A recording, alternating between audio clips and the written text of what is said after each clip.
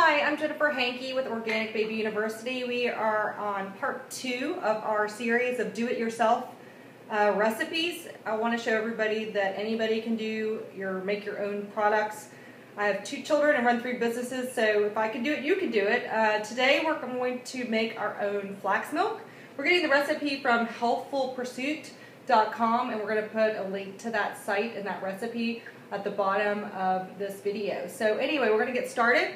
You need to have 6 cups of water, which I've already measured out. It's the only thing I've already measured out. You need flax seeds, which unfortunately mine are already ground up. I recommend buying whole flax seeds if you can.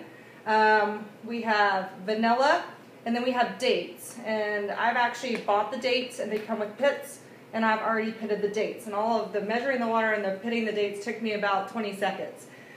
So we want to be able to do all of this within 2 minutes. So the first thing we're going to do is we're going to pour the 6 cups of water into the blender, as well as, let's do the flax seeds first.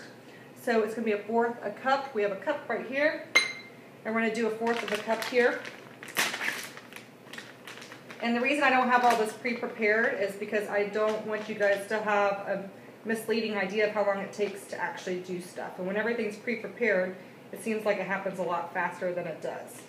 The reason we're making our own flax milk is because all the store-bought has all sorts of yucky additives in it, including the organic brands. So we're frustrated, and we're just going to make our own from now on. It says we're going to place the flax seeds in the jug and add the water.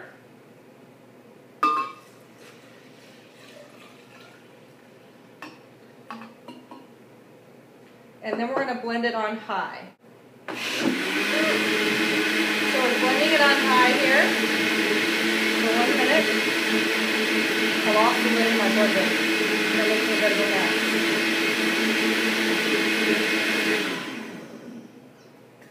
mess. Okay. Then it says we're supposed to filter it through, which probably won't make as much of a difference because I'm using the ground one, so it probably is just not going to work that great, so we'll see. But if there's any big pieces, we're going to try to filter it through so we don't drink it. Another thing you would want to think about, since we're the chemical people, is be thoughtful about the lids of your blenders. Most of them are made with that soft, pliable plastic that contains phthalates in them. So you may want to look at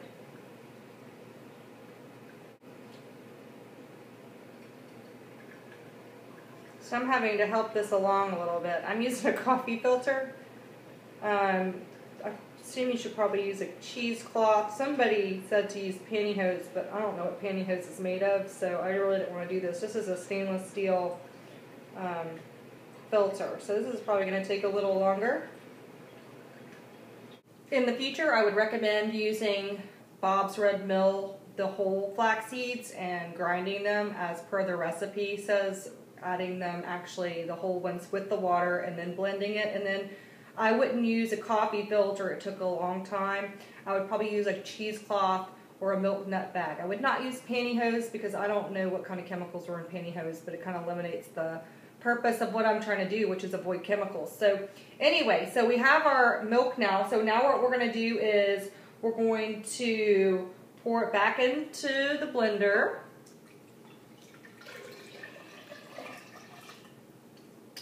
And then we're going to add the dates. So we have 5, 1, 2, and these are pitted. Took 2 seconds, 3, 4, 5. And then we're going to put 2 teaspoons of vanilla to it. I have a little cup here. 2 teaspoons. And then we're going to blend it up. You saw the mess I made because I don't have my lid, so I'm going to actually put a little plastic wrap over here. I'm going to put my little plate and put it on high.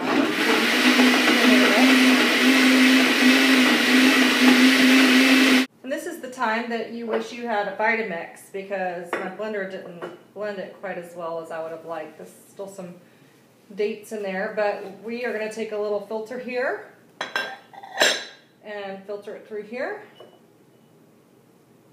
And then we should be done.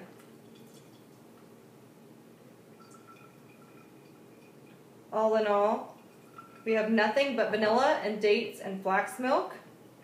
And use filtered water, because if you're putting fluoride and chlorine and all the toxins from your tap water in here, you're not making it quite as healthy as you could. You should be avoiding fluoride anyway. We'll have links to that at the bottom of your page.